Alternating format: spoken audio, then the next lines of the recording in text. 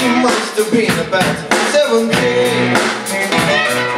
Years going strong, I play my favorite song, and I can tell you who belongs, and it's me, yeah me. Next we're moving on is with me, yeah me. I love rock and roll, spin another drum in a jukebox, baby. I love rock and roll, it's gonna take the time and dance with me. So I smile till I get up and ask for a name, but she said it doesn't matter, cause it's all the same. And then we'll take her home, where we can be alone.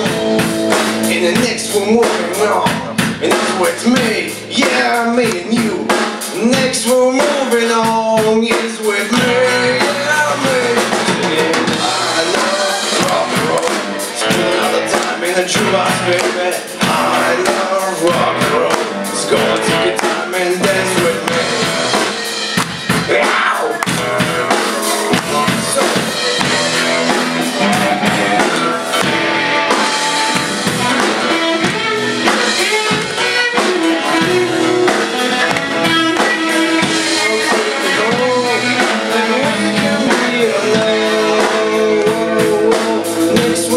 Moving on is with me, yeah me.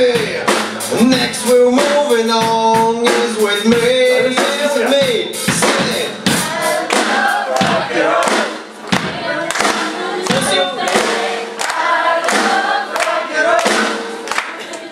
And dance with me. I love rock and roll, spend another time in a jukebox, baby.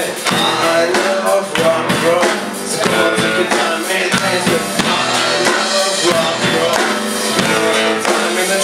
Baby, I love rock and roll, so come on, take your time and dance with me. I love rock and roll, time in a jukebox, baby. I love rock and roll, so come on, take your time and dance with me. I love spoiling my time in a jukebox, baby.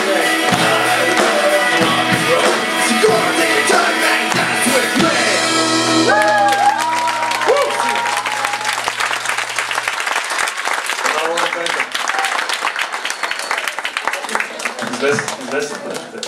Единствената дама да се види, тя се скрива отзад, но не е първо изпълнение на сцена.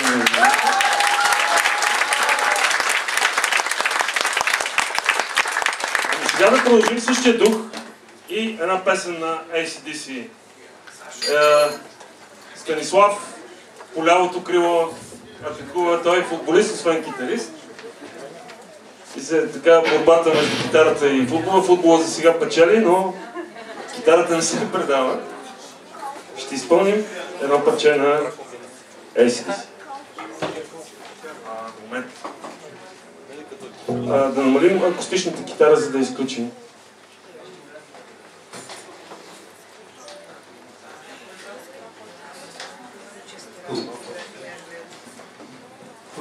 Стани, ето там.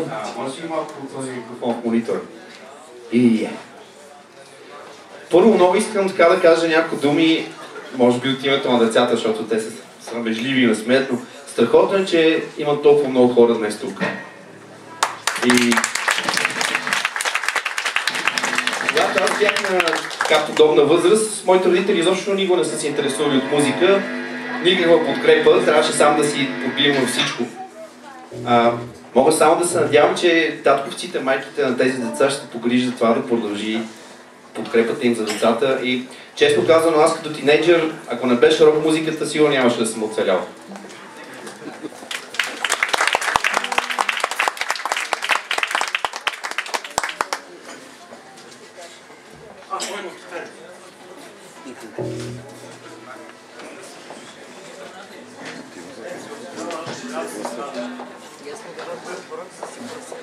Хубаво е. Да, да. Този това не бе навън горе.